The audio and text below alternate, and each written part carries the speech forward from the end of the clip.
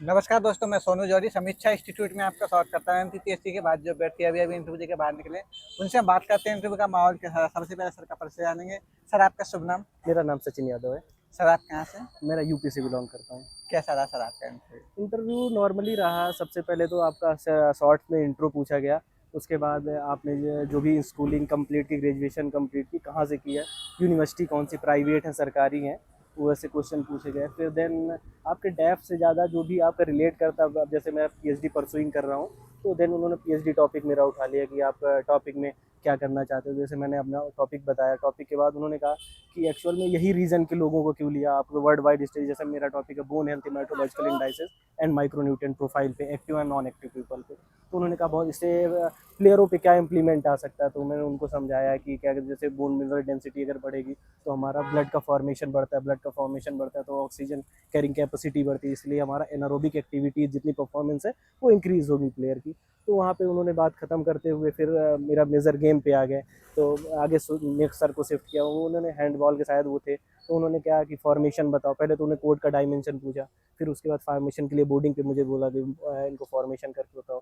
Then वो complete करने के बाद नेक्स्ट सर की तरफ स्विच होता है। फिर वो एमपी स्पोर्ट्स के तरफ पर्सनली ज़्यादा स्विच करके बोले कि यहाँ के लोगों के लिए आप क्या कैसे कर सकते हैं, यहाँ कैसे प्लेयर को स्पोर्ट्स को इम्प्लीमेंट कर सकते हैं, और यहाँ की कौन कौन सी ऐसी स्कीमें हैं जो आप ग्रास रूट लेवल तक लेके जाएंगे। बस यही नॉर्मली था।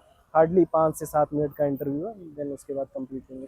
तो बहुत पैनिक भी नहीं होना है। अच्छा। बट क्या है कि जो भी चीज़ें हैं वो आपको एक बार में आनी चाहिए, कंफ्यूजन नहीं क्रिएट करनी है वहाँ पे। बस इतना ही समझ में आया मेरे को। संस्थाओं से संबंधित कोई क्वेश्चन राष्ट्रीय या अंतर्राष्ट्रीय लेवल पे? नहीं नहीं, कोई नहीं, केवल यहाँ की ये पूछी गई है कि मध्य प्रदेश का कौन सा, क्या कहते हैं, योजनाएं कौन कौन सी अच्छा, स्पोर्ट्स की, मध्य प्रदेश की स्पोर्ट्स से संबंधित योजना? योजनाएं कौन कौन सी चल रही हैं। इसके अलावा कोई अवार्ड वगैरह?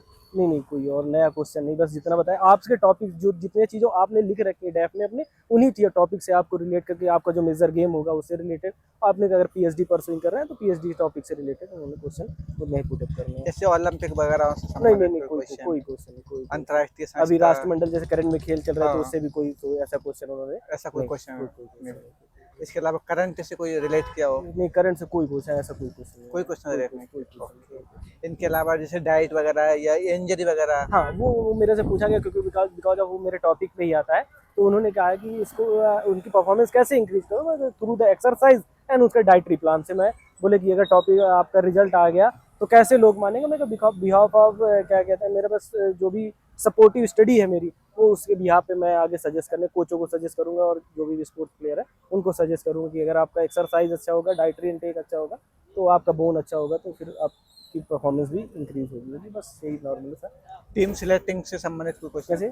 टीम सिलेक्शन से नहीं नहीं संबंधित? नहीं, वैसा कोई टीम फॉर्मेशन का कोई ऐसा कोई क्वेश्चन? कोई लीडरशिप का कोई क्वेश्चन? लीडर, बस बताया ना कि क्योंकि 5 से 7 मिनट में आपको इंटरव्यू लिया गया, तो अब उतने में मैंने बता दी कि वही टॉपिक जो है, जो आपके डेफ में लिखे प्रॉपर उन्हीं पे है, और वो रुके रहते हैं इधर उधर, वो साइड से क्वेश्चन कुछ भी बाहर से आपके नहीं पूछते। सर, जो अभ्यर्थी तैयारी कर रहे हैं फ्यूचर में, उनके लिए आप अपनी तरफ से क्या क्या सुझाव देंगे? सबसे पहले तो आप फर्स्ट पेपर इंक्रीज करिए, और सेकंड पे जितना अच्छा आपका रिटर्न एग्जामिनेशन में स्कोर अच्छा होगा, because of subjective evaluation, present of minds का खेल है आपका इंटरव्यू, कैसे आप प्रेजेंट कर रहे हैं चीज़ों को, वो है, और डिपेंड ऑन बोर्ड मेंबर कि उनका प्रेजेंट सिनेरियो, क्योंकि बिकॉज ऑफ 8 दिन इंटरव्यू चलने हैं, डेली मेंबर चेंज होंगे, तो सबका सिनेरियोस कोई अलग स्पेशलाइजेशन है, किसी का अलग इसके बिहाफ पे नंबरों का कहीं ऊपर नीचे, तो इसलिए जितना फोकस हो सके वो रिटर्न एग्जामिनेशन में आप करने की कोशिश करें। ओके, बहुत अच्छा लगा सर आपसे बात करके। आपको बहुत बहुत शुभकामनाएं। Thank you so much sir. Thank you. Thank you.